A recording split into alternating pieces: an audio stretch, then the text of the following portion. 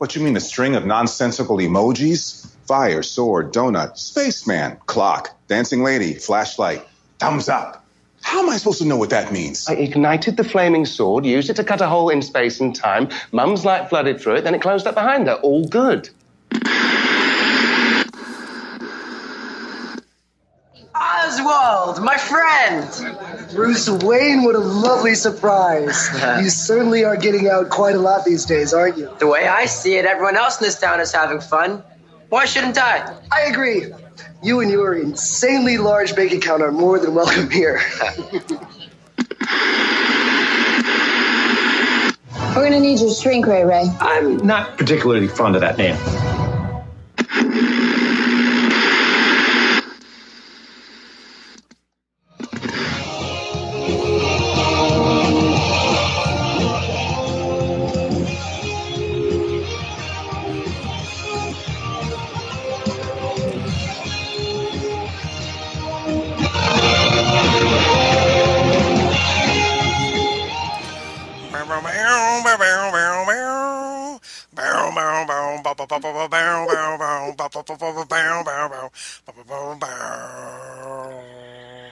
We're back, everybody. Hello. Hello. I'm back. Karen's back. Hooray. Karen's back again. Karen's back. I'm so glad. Tell a friend. I'm not 100% back, but you're mostly back. You're mostly back, as opposed to all back. Right, yes. Right. I'm mostly back. Yay, Karen's back. So, yes, welcome back, everybody. Did you miss us? I missed us. You Karen have no missed idea. us. Yes. So, Carrie, here we are, episode 126 at last. Crazy. It's been an odyssey, but it's been, I look back, it's been about 6 weeks since you and I recorded the Phantom Zone. I feel like I've gone about 600 or 700 miles to get here. That's maybe because you have. Oh, you think so? I'm in a completely different state now. Yes, you are. You're in a different state of mind because you were in Virginia. That's right. Now, not so much. Not so much. In fact, not at all. No, not at all. So now I am in the Peach State. Yes, the Walking Dead state. That is right. The Gifted State, the Walking Dead State. There's a lot of things that film here, actually. So, Archer. Oh, that's all of those Adult Swim shows film here. So yeah, a lot of different shows, and I can't wait to become an extra on something. Oh, that would be awesome. Yeah. Right? That's true. If you do, you totally have to do pictures if you can or whatnot. Of course I would. Yeah, that'd be awesome. Of course I would. All right, so I know it's been a while. We're kind of rusty here because we've been off for 6 weeks waiting for Karen to get packed up and moved across and unpacked and set up and back to recording capability. Right. We had to take even an extra few days. We tried this a few days ago, but it wasn't quite working. So no, I had to hang my head in shame because my mixer shakes did fist. not cooperate. I was in tears by the end of that day. But I finally finagled it enough that it works. So I am back and ready to go. I'm glad the finagling worked because, I missed you so much. Oh, you have no idea. My routine, my Saturdays routine, because we switched to Sundays to record, but that whole weekend, I'm just because normally my routine is watch all the shows throughout the week, try to update my notes as I go along, so I don't have to do a ton at once. Right. And then we record on the weekend. Mm-hmm. And then now it's just I'm watching shows, and I'm like, I should be taking notes, and I haven't been able to take notes because we have no show. Right. So I'm just something's missing, right? It was like a chunk of my soul had been ripped out from my body. For 2 or 3 weeks, there was a point where I couldn't even watch the shows because I was either in a hotel room where sometimes I had the channels and sometimes I didn't, and I couldn't acquire the shows. That's for sure. Right. because I had no access to a computer. Through alternative means. Correct. I had my tablet, which is a Fire. I mean, it's not like a Fire. It's not a regular tablet. And I had my smartphone, which, doesn't do anything. Right. So there's no watching on a DVR or anything. And then I got here and we didn't have, that was a whole nother thing. We didn't have getting the cable sorted our out. cable thing for like 3 days. Yeah. So that was fun too. Sure. I remember being in an apartment. I know how it is. Yeah. So things were I felt really in one sense, it was kind of liberating. Mm-hmm. I felt like I could, just read and escape and not do anything. But then there was that other kind of real loneliness aspect of it where I was like, well, all of my identity is tied into this, all my friends and everything is tied into like watching TV and talking about it. And, because it's not just this, and, it's not just the Phantom Zone. You have other podcasts and other, right. Yeah. So, right. And my work is also online. So, I mean, that's my job. Everything is online, you know? So, it was great. It was like a vacation, but I don't like vacations. I really don't. You'd rather stay busy. Right. And also cooped up in a 1-room hotel room with 2 cats who did not want to be there. Right. It was just not my idea of fun. Yeah. So, and not to mention the hubs. Correct. Although he wasn't there for all of it. He had to drive and I got to fly. First class. Thank you. Look at you. Ooh. It was only one way, so it doesn't cost as much first class. So. That's okay. It's still first class. You can say, I flew first class. Yeah, we did it last time, too, when we went to Florida, because it's only one way and we drove back. Yeah, we try to do that since it's cheaper. Well, for me, I was like twiddling my thumbs. I didn't know what to do, and so I ended up starting a whole new podcast with Jesse in the meantime. I know you did. I know you did. Which we can talk more about later, but yeah. Okay, we'll do that near the end. Yeah, not that I'm leaving this podcast, because you're not getting rid of me that easily. No, I'm not letting you go anywhere. No. I'll use my golden lasso. You are not getting away. Wonder Woman. That's right. I got my Wonder Woman t-shirt on today and everything. Nice. It's a little chilly down here. It's snowing right now, so... Haha. Yeah. I'm in an even warmer climate now. Yes, I know. We're in the 50s still. Yeah, throw it up to me. All right, so let's try and get back in the swing of things. Let's do. Because God knows you waited long enough, people. 2-parter today. 2-parter. So Phil Parrish will be happy because he can write us about how long we take on our podcasts. Right, and also he's going to because someone is back this week. This is true. Right? I can do a... Oh, that's true. Yes. Double. I can... All right, Phil Parrish, I hope you're listening. I can talk about our little friend. All right, so what are we going to talk about this week, kids? We have a whole bunch of shows coming back, and some wrapping up, and also a brand new one starting up. So that's right. So excited. Why don't you run us down, Karen? Okay, so in the first half, episode 126A, we're going to talk about The Gifted. That is the season finales, the 12 and 13. The 2-part season finale. Correct. Supergirl, 310, The Flash 410. And then in 126B, we will be talking about the season premiere of Black Lightning. Black Lightning. Yay. Arrow 610 and Agents of S.H.I.E.L.D. 5-8. Yeah, looking forward to talking Black Lightning with you. Big time. Because spoilers, I loved the premiere of that. Spoilers, me too. Yeah. And you notice I left The Gifted in part 1 and Black Lightning in part 2 so that we'd have one show to concentrate on for each. That's okay. Each half. Yeah, that's fine. All right. So let's dive right in. The Gifted. Let's do. 112. Now, do you want to do this at both together or separate? I figure we'll just talk about them both at the same time. But we can give our grades at the halfway point. That's cool. That's cool. All right. So The Gifted 112 Extraction, written by Michael Horowitz, directed by Scott Peters. And then when we get to it, 113, the season 1 finale, Crossroads, which is spelled with an X because it's a cross. X-Roads. Yeah. Written by Matt Nix, showrunner, and Jim Garvey, directed by Steven Surgic. Mm-hmm. And for those who don't know, we might as well mention this right off the bat.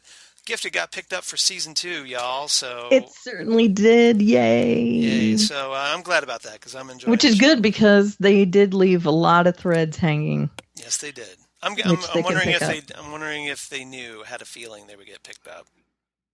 I'm guessing they did. I mean, it had good reception and pretty decent rating. So yeah, at least right off the bat. So yeah, maybe they felt at least more optimistic toward it. Right. Okay, so A, B, and C-S. I have ABC, ABC. ABC, ABC. So let me go through all of them. Abec. Okay, Walking in Memphis. Walking in Memphis. Yep. Okay, except it's kind of to Memphis. But Like Grandfather, Like Son. Okay. Florida Burn Notice Contingent.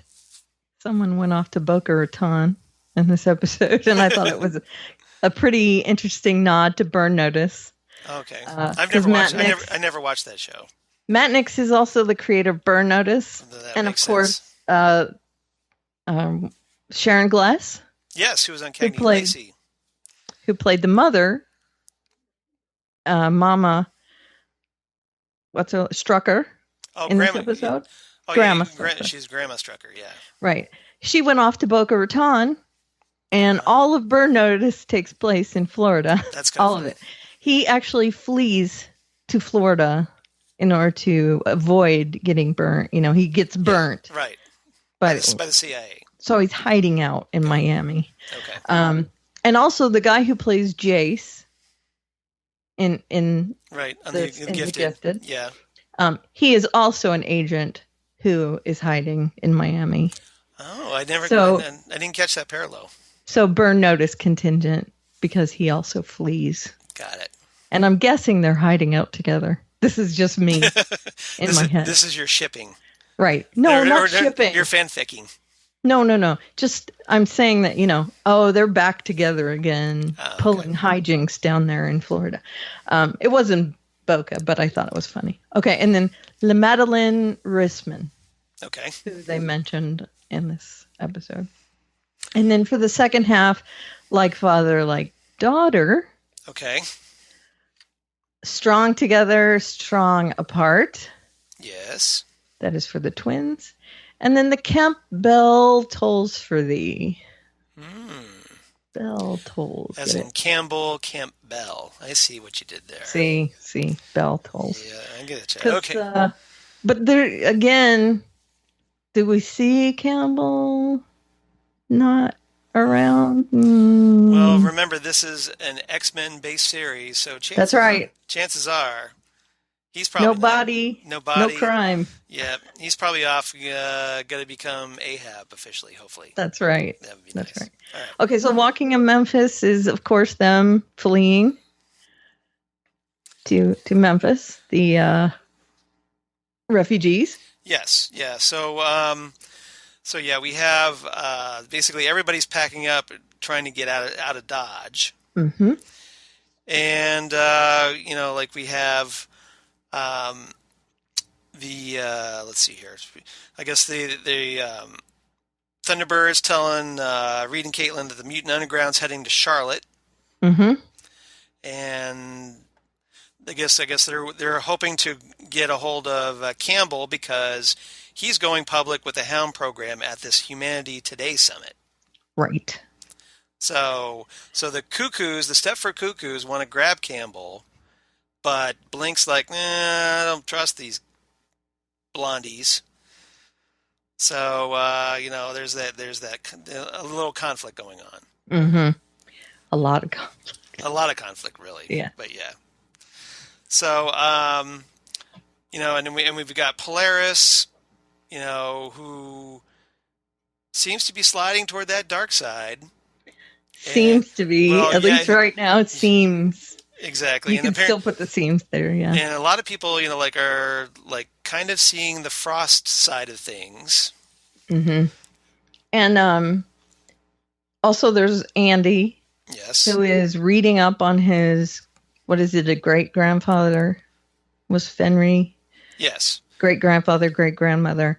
Reading up on that and kind of veering again, and that parallel to Polaris. Yeah.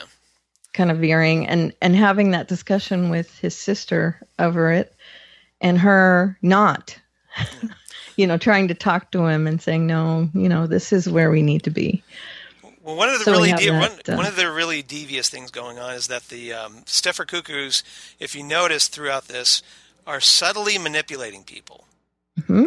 Like, because they're 3 in 1, the 3 in 1, right? They're connected. So they each know what's being said about somebody else, and because they're telepaths, right? And also because just they're working everybody. Right. They've got their agenda, and so you've got Andy buying into it, you've got Polaris buying into it, and it ultimately comes to a head at the end of the season finale. Right. Does it seem like they're kind of just planting seeds wherever they can to see who they can sway? Maybe. I think so. I think they are, and I think they're just they're kind of like trying to build up support. Right. And, to make a new club. Right. Yeah. They're just trying to win people over. Right. Yeah, and that leads to a faction splitting off. Right. And how lucky did they get? I mean, to get Polaris and Andy. Yeah. Two of the most powerful mutants. Exactly. So, yeah, that's a big deal. And especially with Polaris, her abilities seem to be stepping up a notch as she embraces her father's viewpoint. And the fact that she's pregnant, that might have something to do with it, right? I think that was something they mentioned during this, is that, that apparently the pregnancy is kind of jump-starting, boosting her powers. Right. So craziness ensuing. So I have to think that she's going to lose the baby at some point, right? Oh, I don't want to see that happen. Because I don't think they want to have to deal with a baby on the run. But maybe they will. Yeah. Who knows? Or, maybe it gets taken away. That could be. Then now, see, that's something that could be. That either Campbell or Jace takes it away. Right. Sentinel takes it away. Sentinel, yeah. Something like that. Sentinel Services, yeah, something like that. Which would be heartbreaking, but better than... Yeah, and then they're like, oh, we have to go free the baby, so they'll have stage missions. And maybe they'll age it up. You can go a little timey-wimey. That's true. But, I mean, they could also, age it up by that's true. Using some sort of... artificial means or something. Right. Yeah. And maybe they'll send it back as a hound. Oh, the irony of that. Right? Yeah. Right? Yeah. And then she won't know it's her kid. Exactly. And then she'll find out, which would be interesting. Of course, we get Reed and Caitlin, who have gone off to see his mother. Yes. To kind of get her out of the way. And they find out about the woman. Yeah, his mother's Ellen. Right. And they show up at her office, which I think is kind of hilarious. Yeah. Not the best place to be. It's basically the Gifted Meets Office Space at this point. Right. It was. You're right. It was. All you needed was Dwight Schrute. Or Bob. Glaring. Right. With beady eyes. I'm going to need you to come in on Saturday to do those TPS reports. Yeah. Question. Yes. You don't work in this van. Yeah. Yep. You can't fire him. My husband and I were doing office quotes. Then Ellen, to do Office Space or whatever, she grabs one of those power screwdrivers and unscrews the cubicle walls or whatever and pushes it over. Have you seen my stapler? Yeah, we'll find out he's was it Melvin or what is it? I can't remember the guy's name, the character. Yeah, something like that. Marvin or something like that. But very close. You find out that he's a mutant or something. He's got a mutant stapler power. A fire starter. I am the stapler. Or no, fire starter. That would probably he would be a pyrokinetic. So it's one of these days I'm going to burn this office to the ground. I come in here and I burn this office to the ground. Okay, so she does give them the name of Madeline Reisman. Yes. And This is the woman who took Reed's powers away, right? I believe so, yes. Yeah. So that is something that they're hanging a lamp on for next season. Right. 100%. I mean, that has to be something. So this is a woman who knows how to take mutants' powers away. This is what Campbell has been looking for. Yes. This time. Because, yeah, he's big on this research. And so that I guess he, what was it here? That Ellen talks about that, like, I guess she was convinced her husband was having an affair with her because she showed up at the house once. And that woman was there, and yeah. So. But apparently, so I'm thinking this chick is going to have a big part in season 2, or at least a pivotal part in season 2. Right. And I just wanted to at least bring her in and talk about her. No, that's fine. So she runs off. Andy's thinking about branching. And he and Andy and Lauren keep having these debates back and forth because, of course, Lauren is all like, hey, we need to stay here and help. And, she's all in. Yeah, she's all in Mutiny Underground. But Andy, not so much. Right. Andy's ready to bail and become, like, I am ready to become evil mutant. Right. And we have to talk about Thunderbird as well with Blink. Yeah, because now remember, back in the day, Dreamer implanted those. Oh yeah, welcome back, porn music. We missed you. Did you? Yes. Okay, good. Yes. So, remember, Dreamer planted those memories of her attraction to Thunderbird inside Blink. Right. To kind of motivate her to stay. Mm-hmm. And now that Dreamer's out of the picture, Blink still has those memories. Right. And those feelings. And Thunderbird isn't really fighting very hard. Dreamer's dead. Right. What am I going to do? I got, And he likes her. I'm going to pass up Jamie Chung. Right. Right. Would you? No. No, of course not. So, yeah. Exactly. So, yeah, there's a little bit of that going on. And, of course, we see that there's discord between Eclipse and Polaris. Yeah. Because Polaris is getting increasingly swayed. They emphasize a lot about her being bipolar.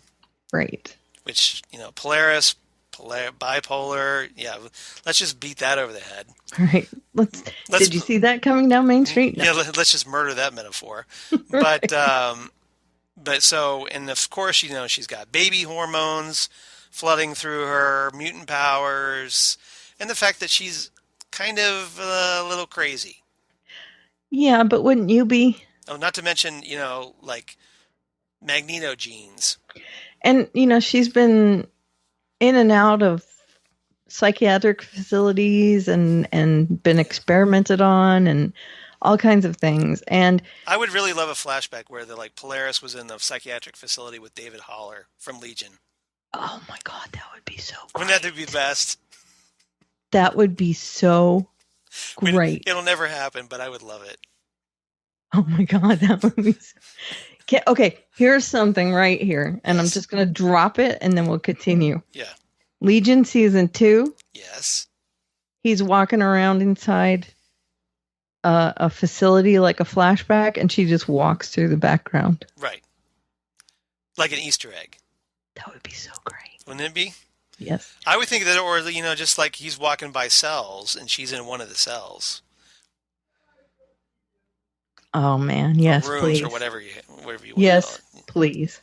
All right. So anyway. All right. Sorry, a little bit. Yeah. So, and Eclipse is a little preoccupied. Also, I mean, he's not giving her 100% attention. So you could kind of see where. Well, I mean, things have been kind of fractious because with, Eclipse going off to help out the cartel and getting involved with, the the woman that leading the cartel at the moment. I can't remember her name, but the dumbest, stupid 2-episode storyline ever. Pretty much, and I was glad they got rid of that. But hopefully they won't go back to it. But it did basically kind of drive a wedge, especially after Polaris sees him lying to her about his activities. Yep. So this is just dumps more gasoline on the whole thing. Sure. And he's, busy with all this stuff, and she's getting little seeds implanted in her head from Esme. Esme's all right there with her. And Esme knows exactly how to work her. Of course. So, they're becoming best buds. They're, romances. Yep. So they're in together. She is, seeing this kinship with her. And, she's got a little bad girl in her, and of course she's going to gravitate towards. I'm not playing the porn music for that. So that's kind of where we leave that first episode there. Yeah, because we have the cliffhanger where they show up at the. I guess they show up at the summit, and then they're going in for Campbell or whatever, but Campbell gets a hold of some kids that are around on a tour group or something, and Douche holds a gun to a kid as a hostage, basically using the kids as human shields. Yep. And then the guards show up, so of course they think the mutants are the bad guys because of course, and so they have to take out. Basically, he gets away. Right. Yeah. And that's He's such an effing coward, Campbell. I wanted to swear. Just so you know, I stopped myself right at the last minute. I haven't done this in so long. A little rusty, are we? Yeah, a little. I had to go, effing. Yeah. Okay, so on to and we also have this new character, Senator Montez, right? Who's speaking at the event where he's talking about big new anti-mutant legislation and all kinds of security and whatnot. So, he wants to run for president. So yeah. Well, I didn't mention him because Well, I know, but I mean, I just thought I would bring him up since. No, that's fine. Yeah, because we're going to need to talk about him a little bit later too. Yeah. All right. So, like father, like daughter, and again, that's Polaris, who is straying further and further from her good girl image. She's becoming more like, her ancestor. Yeah, pretty much. Strong together, strong apart. And this is, of course, Andy, who is fighting now and learning that his power is just as powerful against his sister. And the Campbell tolls for thee. Yes. I think that I like that one a lot. Do you like that one? I do like that one. Ding dong. Yep. All right. So, like father, like daughter, Polaris. Okay, so it's just continuing. It does continue. Yeah. So we start off this second part with a flashback, seeing her in a hospital, where I guess she's using her powers to levitate like a medallion. A nurse asks her about it, and she says it was a gift given by someone her mother knew. So maybe we'll get more of Polaris's background in season 2. You think it's her father? I think they're teasing. Well, it could be, or, it's hard to say. I don't know how much they're going to play that up. Maybe they'll do some more with Polaris's mother. Yeah, maybe. I don't know. But apparently there's a woman named Evangeline who shows up. She says she's a lawyer. And I guess Polaris was arrested during a purifier counter-protest. And apparently Evangeline has some abilities of her own. She's a very obscure X-Men character. Not an actual X-Man, but like a mutant character. Okay. Who can apparently turn into like a big old dragon. That's her power. Yeah. She can shapeshift into a ginormous dragon. Right. Maleficent. Kind of, yes. Yeah. Exactly. Whom I love. Yeah. By the way. I know you're not supposed to like Maleficent, Well, but I do. You can like villains. It's cool. You don't just All right. don't be one. That's all. Okay. Yeah, you can like them.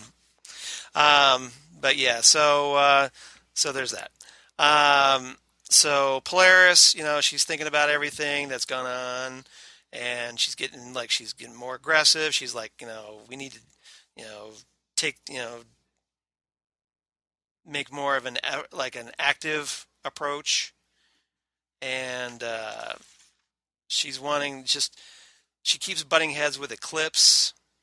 Mm-hmm. Instead of running, hello, Yeah, exactly. Let's go after him. Yeah. And then ultimately this leads to a head at the airport. Yeah. Later on, where we have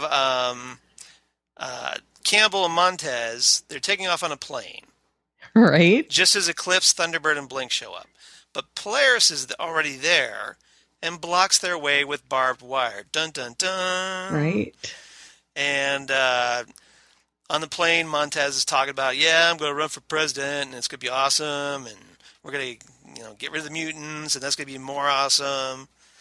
We're going to get rid of mutants. Exactly. Famous last words. Right? Yeah, exactly. And Campbell's like, I'm in. Thumbs Too up. bad that plane is made out of metal, right? Yeah, pretty much. Because so they're basically, she's wanting to take out the plane. Everybody's trying to talk her out of this. Eclipse is like, hey, if you do this, our kid's going to have to live in the world that you create. And she's like, well, it's time to make a new world. Mm-hmm. Right. And rips the engines off, plane explodes, boom. Now, Montez, he's probably dead. Probably. But Campbell, again, we don't see a body. Now, Ahab's a big character, right? Well, he goes to the future, I believe. Right. So do you think he's ripped out of that airplane at the last minute? He could have had one of his mutants be a teleporter that got him out. Yeah. I gotta think. Or maybe he had a backup plan. Who knows? But yeah, maybe. Maybe he kept somebody on as an assistant who's a teleporter who could get him out of there. Sure. Something like that. That'd be my guess. It's mutant with mutant powers. There's obviously a way to save his life. Of course. Bottom line. And he doesn't care about Montez. No, not at all. So he would have just left him there. Well, he might have, because he might have wanted Montez to go forward with his agenda. So maybe he wants to keep him alive. Maybe he rescued him too. Maybe. But maybe. What are the odds? Well, I'm thinking, if he wants to go forward with this, you want somebody 50, like that in power, right? 50-50? You think? I'd say it's a coin flip. Okay. And I won't be surprised if Montez is dead, but that it seems like you won't be surprised if he's alive. Yeah, exactly. Okay. Yeah. Alrighty. That's my guess. All right. So let's see what else. I guess that's about it for really. And Jace. Oh yeah, and Jace.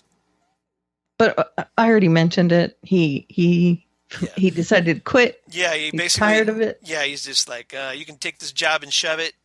Yep. I guess he was. The director was kind of, I guess he felt Jace Turner felt like he was being turned into a scapegoat and gets all angry. And he's like, look, I put my life on the line for you guys, and this is the things I get, and I'm screw you guys. Screw you guys, I'm going home. Yeah, exactly. Yep. And he quits.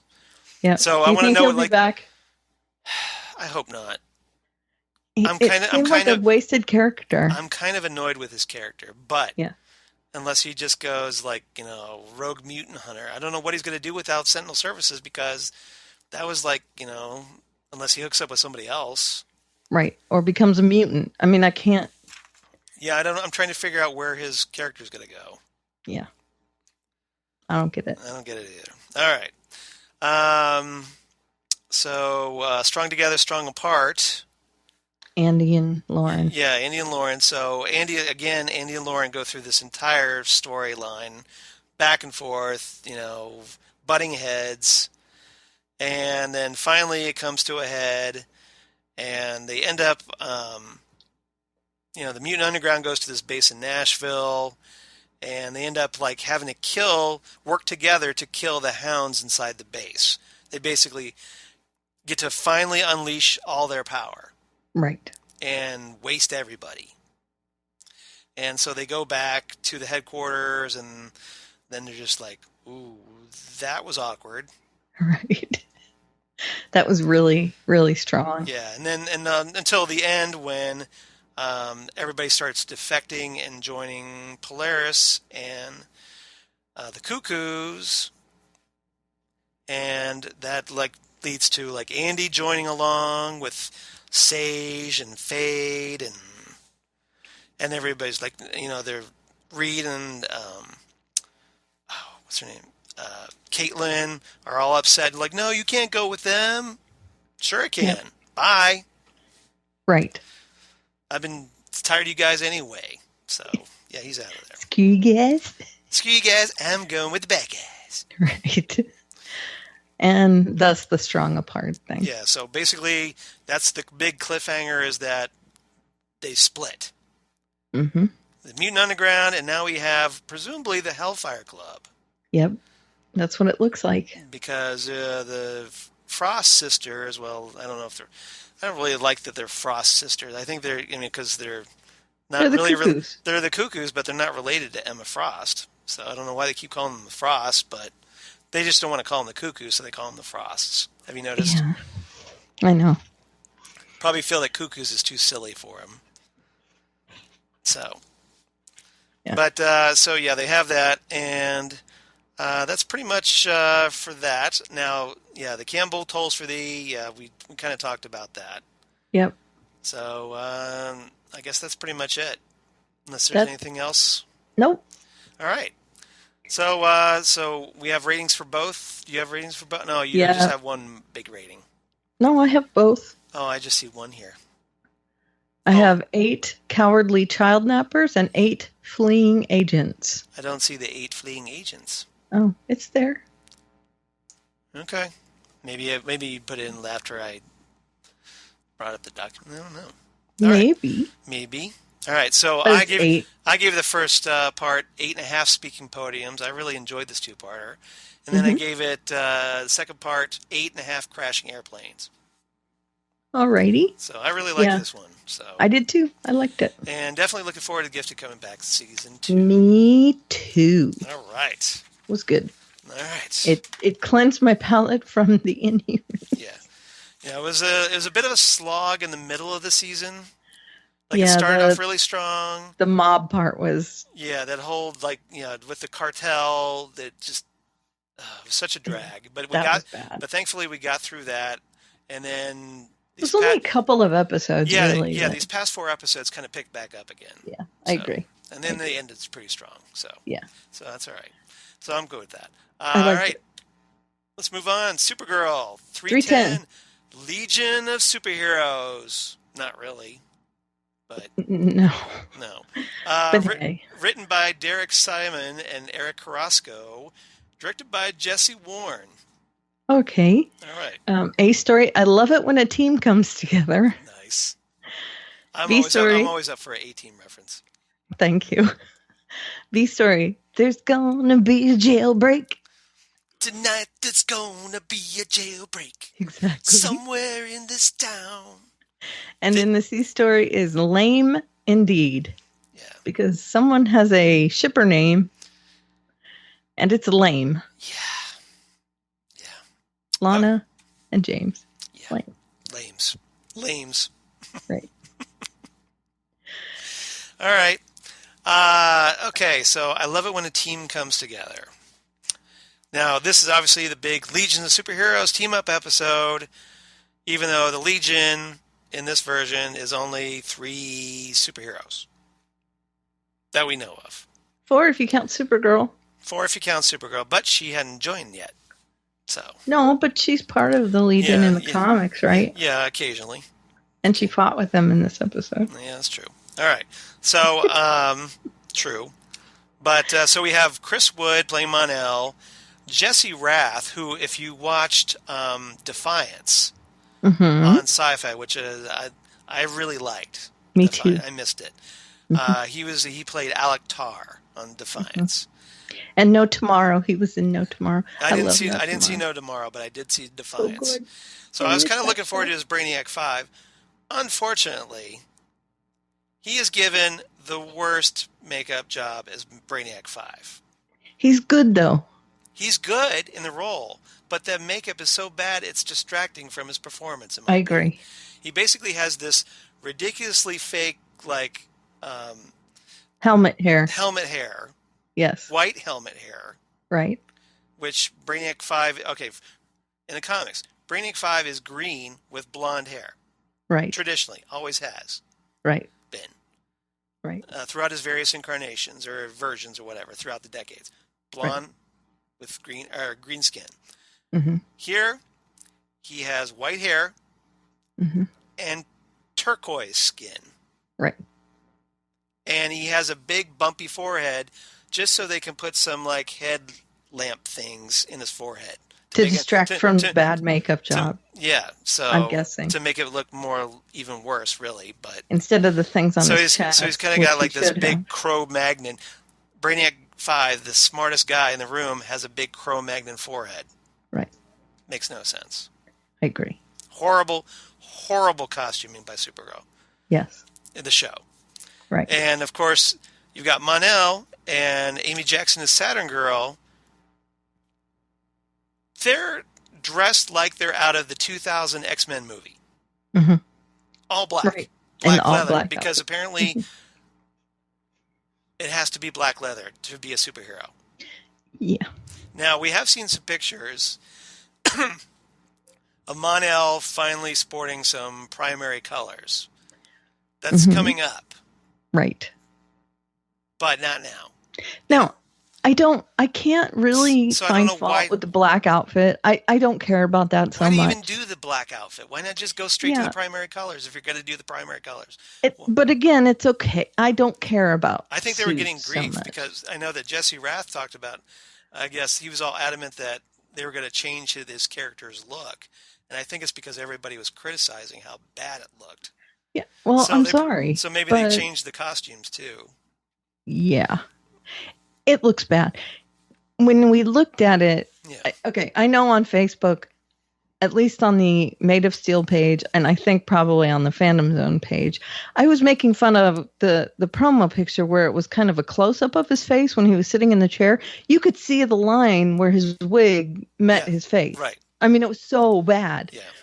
And I said to myself, this is a disaster. Yeah, well, if makeup. If you've seen any of the couple pictures that have come out for the Titans series coming out, they have with Brenton Thwaites as Robin, and then we had Alan Richardson as Hawk, and Minka Kelly as Dove.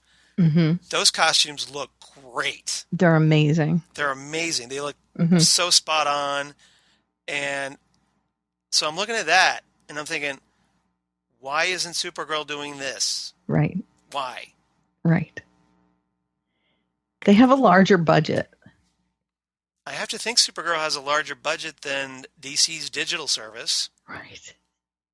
Granted, it's Warner Brothers, but still, cosplayers do better jobs.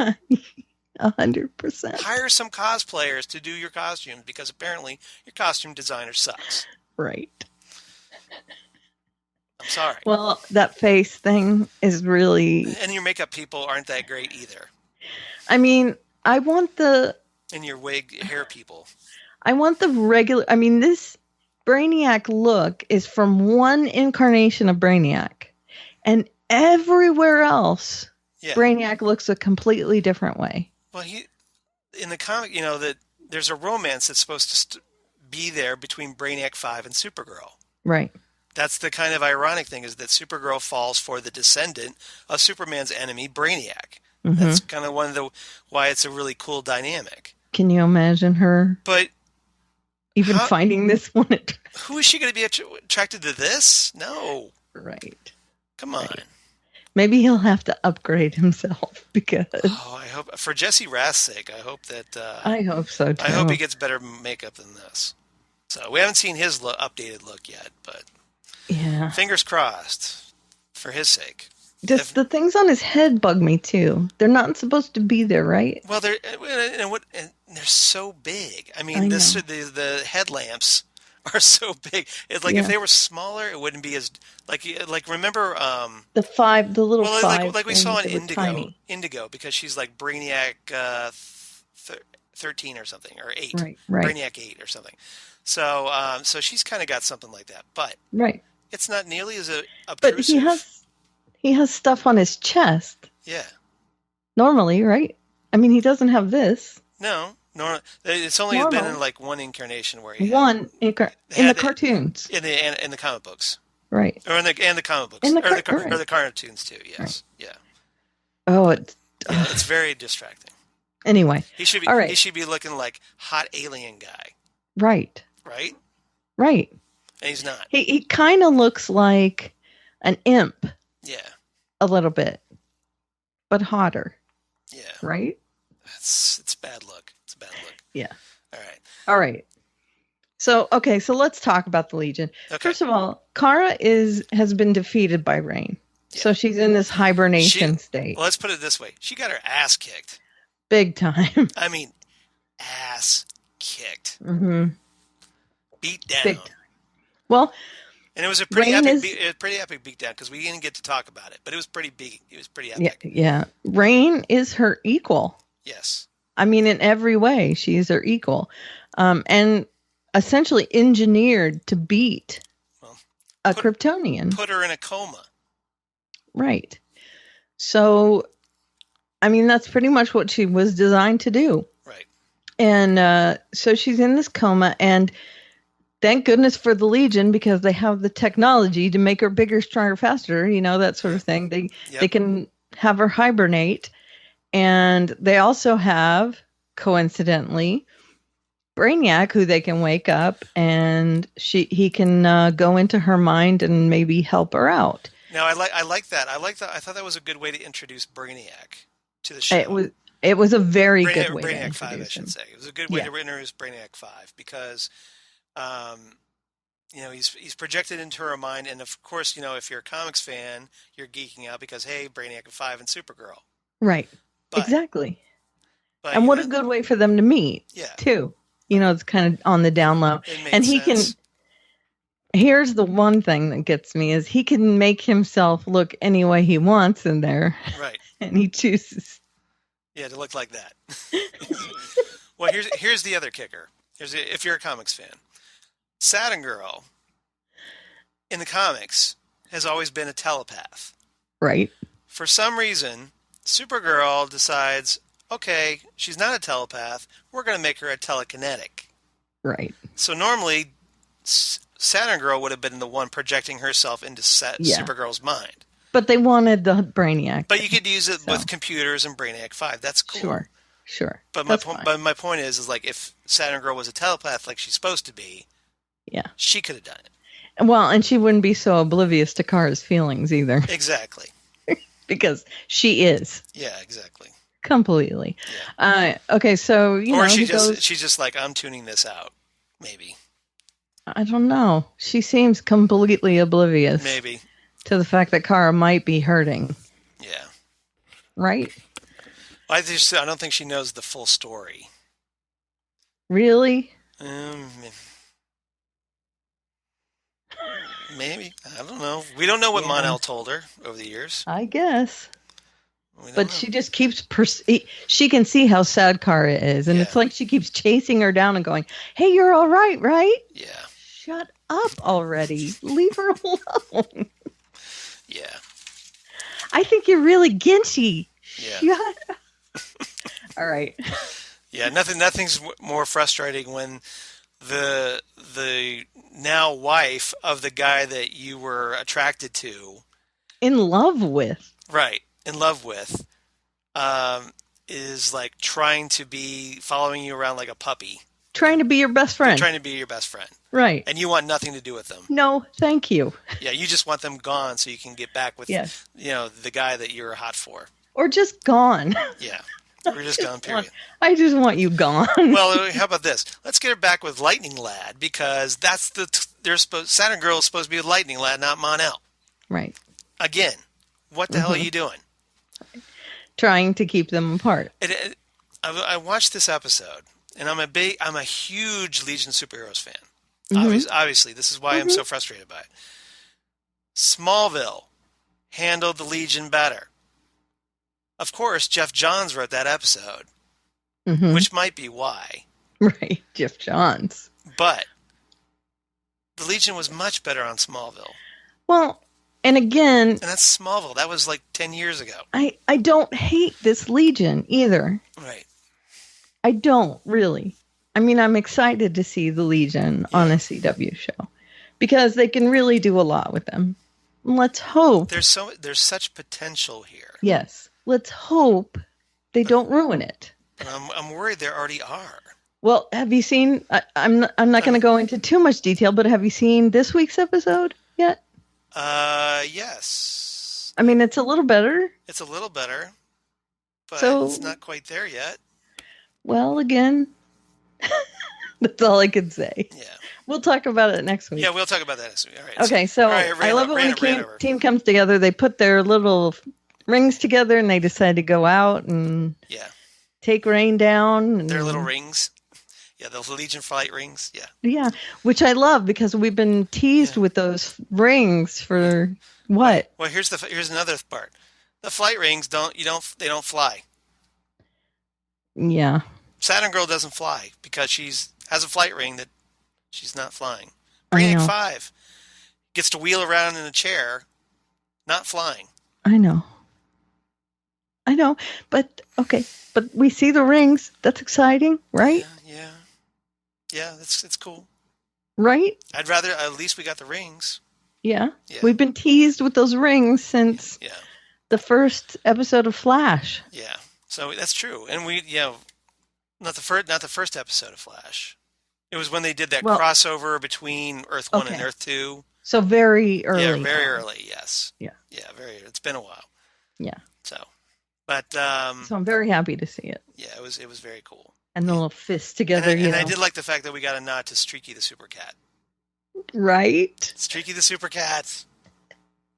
I know. Which was really cool idea to have Streaky. Okay, Kara had to learn how to control her strength by learning how to pet a cat and not kill it. Right. I felt bad for Streaky though. I did too. Can you imagine if she's goes to pet and that's kind of animal cruelty there that you're just copping to, Supergirl. Just saying. I know. At least she's not a ceiling fan. That is an inside baseball joke. It is very inside baseball.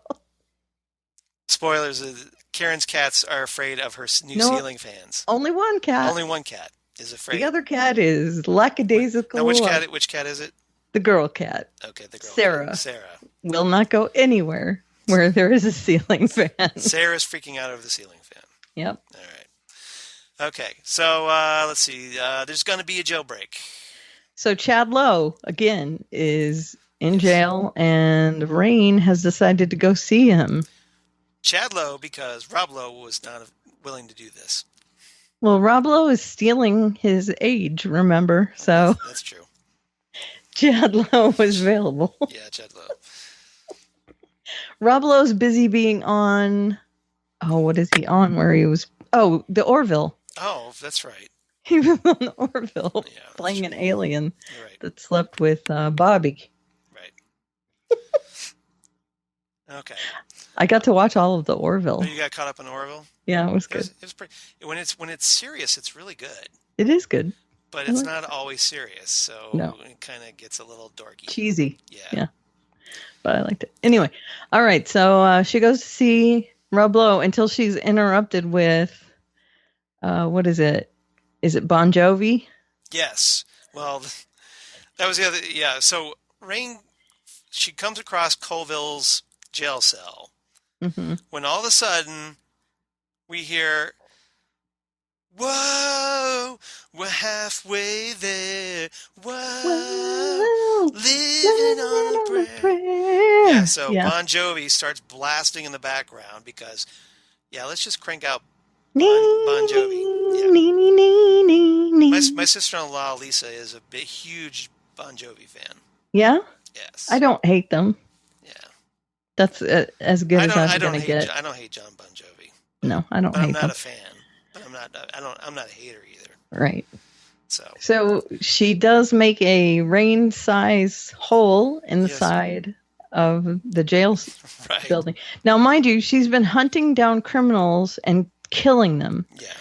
This goes against her ethos because by making a rain-size hole in the side of the jail, Yes. is she not allowing them out? Is she not? Well, if you've noticed, Rain's game plan is kind of all over the place. Yeah. But that could be just because she has that conflict going on. Yeah. So I'm So willing she's actually allowing the prisoners to escape because, her as we know, Chad, and I refuse raison to call him. d'etre isn't quite there. Right. I'm refusing to call him by his character name because he is just simply Chad Lowe to me. Yeah, let's just call him Chad Lowe. Okay. Chad Lowe escapes, as we see later on. He escapes from prison. So I'm guessing he's not the only one that decides to hightail it out that exact outline of Rain. like it was something out of a Bugs Bunny cartoon. It looked like that, honestly. It was just a slight bit bigger than like her. a silhouette. Yes, it almost was. If you go back and look at it, it looked like a Rain iceberg outline, almost, of her. And, of course, they're all out there. Now, Mon-El and Stargirl were floating by Saturn. Saturn Girl. Were floating by the ship at points. Were they not using their rings at that point? Maybe Mon-El was. I didn't think. Oh, maybe. Yeah, they were floating. I didn't realize that Saturn Girl was floating. So. Yeah, they were up on the front of the ship. All right, I could be wrong. Now, that's of course, Brainy wasn't. He was. No, inside. he was inside the ship. So yeah, he's just kind of spinning around like he's like a roulette wheel. Yeah, inside that ship. Now, what did you think about the fact that he couldn't juggle the two things without tipping his hand to Kara?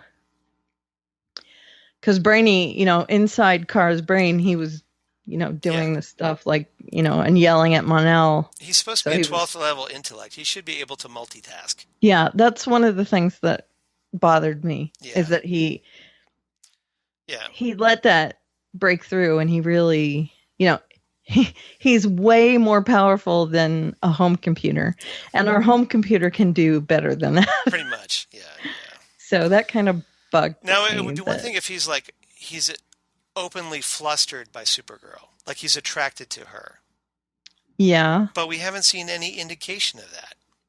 No. Even though we should, because that's the character. Except when they got back and he was talking about that maybe he had modified his height in order to appear. Oh, yeah. And he was a little flustered at that point. So maybe that factored into it. But still. It wasn't enough. Yeah. To distract him, I would think. It bugged me a little bit that he could get that confused between the two instances of his brain. Especially when, presumably he's had other missions. Right? What's the difference here? He's old enough to have mastered this whole multitasking thing by now. Yeah, one would think. So Kara realizes that they're fighting Rain. He leaves and she sees the key to all this thing. Key, get it? Key. Right. Is that, Kara is the key to everything. So she picks up her glasses and blows the dust off and sees the key, and out she goes, and then she wakes up, which I'm like, oh, really? Come on, seriously. That's the most CW-y thing ever, yeah. Oh, my real personality is the one who needs to get out. Actually, no, you just needed to heal, probably. And that was probably it, right? Probably. Is that you just needed to heal in there? That's what I'm thinking. So she wakes up, and of course, because she had that.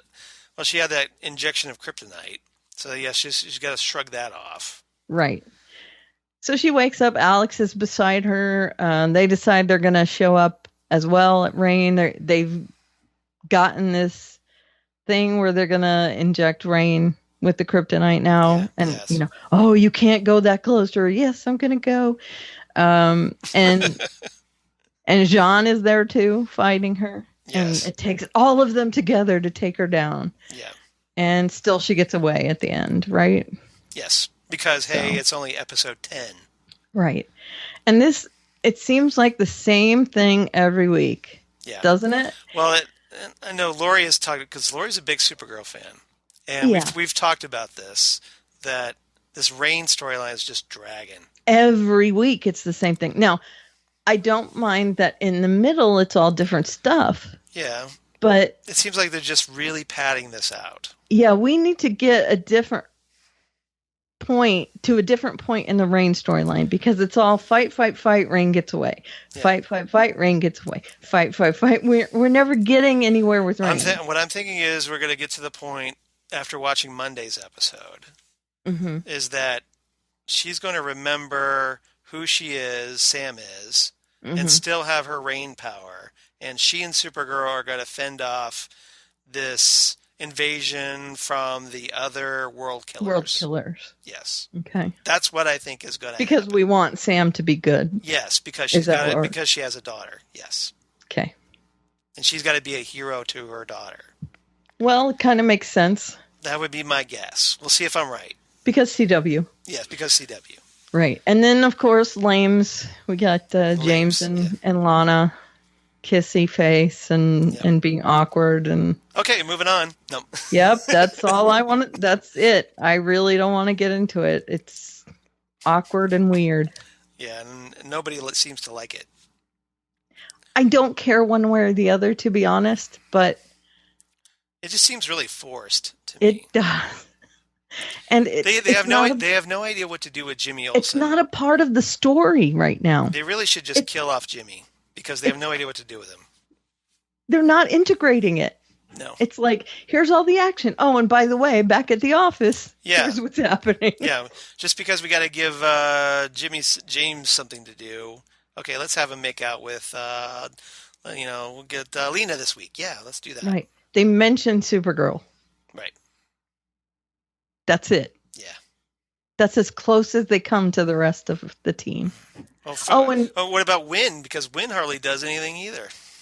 At least he's at the DEO. That's true. At least he's there in the action. That's true. And she goes to take soup to Kara, and Jean has to pretend to be Kara. Yeah. Big deal. Yeah. Okay, so there's that. Yeah. That's all I have to say about that. And John gets to grumble like, I don't want to be. Don't ever ask me to do that again. Yeah. Yeah. Okay. Cute. Yeah. Sorry, it's such a chore for you to pretend to be Supergirl for 5 minutes. Yeah. Get over it, Jean. Really? No one kissed you. Would you like some cheese with your wine? Yes. Yeah.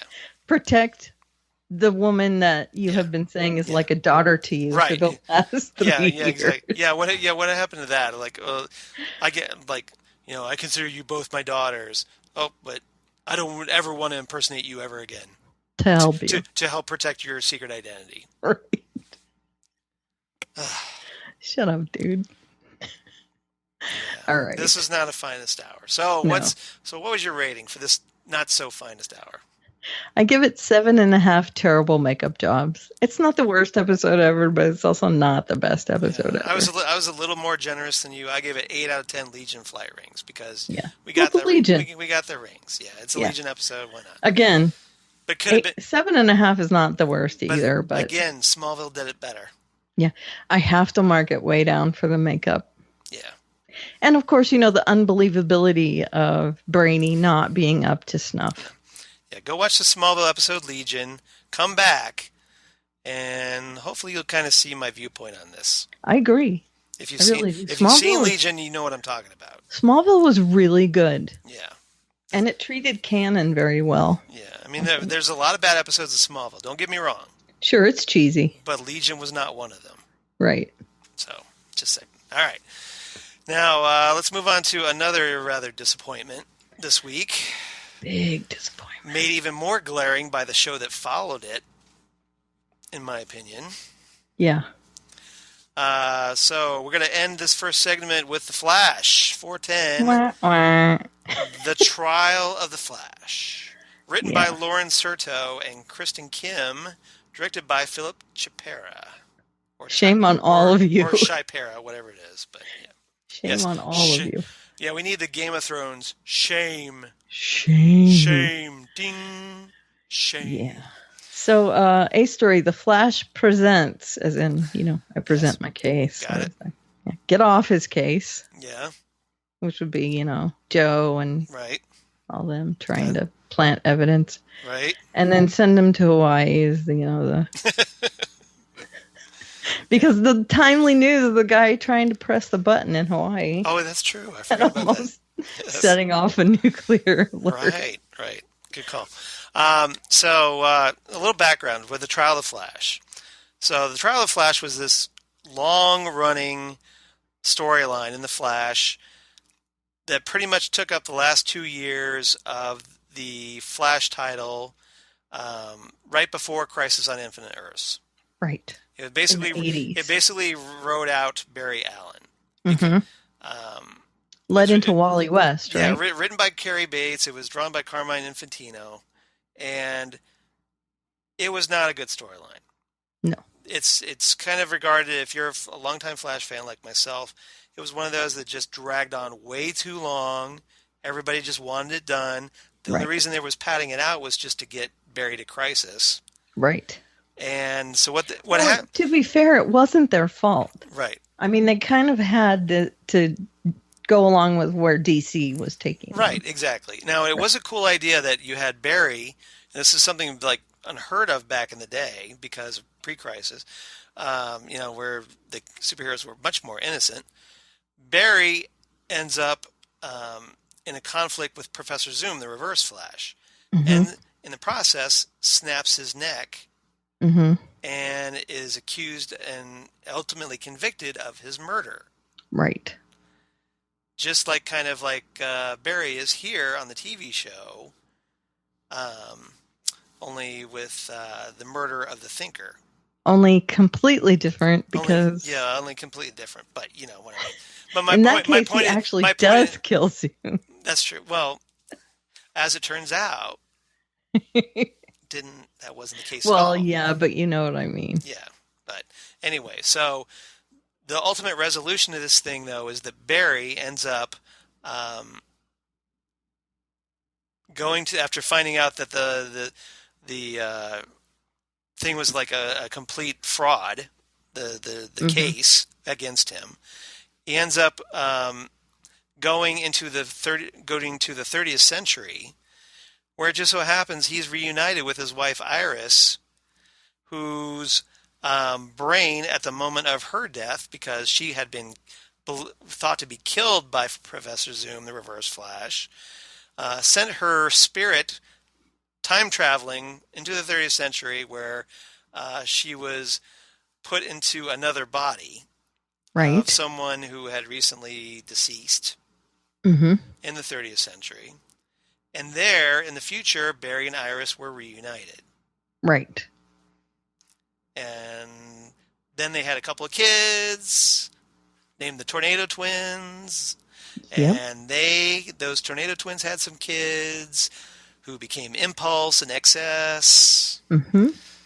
And it was a good... Lots of other stuff. And they lived happily ever after. Right. Until Barry died in the Crisis. Right. Yeah. But here we have we have what is appearingly going to be a very long-running storyline. Right, that is not going to be nearly as good, which is saying something. Yeah, because the comic book story, which is based, was not that good. So here we have the TV show apparently not learning a damn thing from that, and is going to be dragging this out. No, it was critically panned. I mean, almost no one loved that storyline. It was at the very most pivotal. Yes, but at the very most, this storyline should be 3-4 episodes tops. Right, and it looks like it's going to take pretty much the rest of the season the way it's going. Let's hope not, though. Can we hope not? Yeah. So, but it doesn't seem like it's going to be moving anytime soon after watching last night's episode. I know. So, so here we have the Barry being arrested on trial. He gets off on house arrest. Star Labs is trying to come up with ways to come get him out of trouble. Barry is very insistent because he's the noble superhero. Like, I'm going to go through the justice process. Whatever happens, happens. Right. And he has to protect all the people around him, even though they have all been in danger because of him anyway. Yeah. Which I always find is ironic. Right. Yeah. Except he could protect them openly. Yeah. If people knew he was the Flash, right? Yeah. So to defend him is Cecile, Joe's squeeze. Right. Pregnant squeeze. A clear conflict of interest. Not a conflict of interest, but presumably she's a top defense attorney. Only she has a very horrible defense that she presents. Mm-hmm. She doesn't cross-examine well. Nope. She doesn't present doubt to the jury at all. Nope. Doesn't. And she rests way too early. She's basically like, I don't know what to do. And Barry doesn't help things because he ends up ducking out at awkward moments. Yep. And even at the point when he's being sentenced, takes a moment to look at his phone and go, tell the judge, oh, well, hey, sorry, but I got to go. You guys, I gotta go. And the judge lets him go. I know. During the sentencing. Right. What judge does that? No one. If you've watched any cop Law and Order show, what judge lets somebody go during the sentencing? It's ridiculous. It's horrible writing. Yes. Horrible writing. Yes. And I was just aghast at this episode. You mean there's no other superhero that could help? Nobody. Really? Even Oliver Queen is getting better legal advice than Barry Allen right now. Right. If you're watching Arrow, you know what I'm talking about. Yes. All right. Guy. Yeah, exactly. Even Ollie's getting better legal advice. It's pretty bad. So, now Joe, as we get on to get off his case, Joe is desperate to clear Barry. Understandable. And we have a buddy team up. Yeah, exactly. So Joe is so desperate. How desperate is he? He's so desperate that he goes to Ralph Dibny, the future elongated man. That's right. And he asked Ralph, hey, why don't you help me plant some evidence? Mm-hmm. And even Ralph is just like, Joe, that is a really dumbass idea. Well, I do have to say, they actually go get evidence first. Right. And I thought it was pretty good evidence, where they got the wife kissing the new guy. Right, and that was fine. And they distribute that during the trial. That was the one thing they did right. Right. And then Joe wants to plant the fibers, and Ralph talks him out of it. And Ralph does this guilt thing on him. Yeah. Oh, my. Such a guilt trip. Well, Joe needed it. As long as you're okay with losing your badge and losing all your friends. He had to lay it on pretty thick. Oh, man. Yeah. And, of course, Joe can't do it. And they end up not planting the evidence and letting Barry go to jail. Yeah. So basically, the elongated man was the voice of reason here. Right? How did that happen? Exactly. But good thing for Joe, because then otherwise Joe's life would have been upheavaled. Yeah. And, with a new baby on the way, maybe that's not the best idea. It's not like he's going to get left alone, no. Yeah. By the thinker. Yeah, exactly. So, on top of everything else, there's a bad guy in town.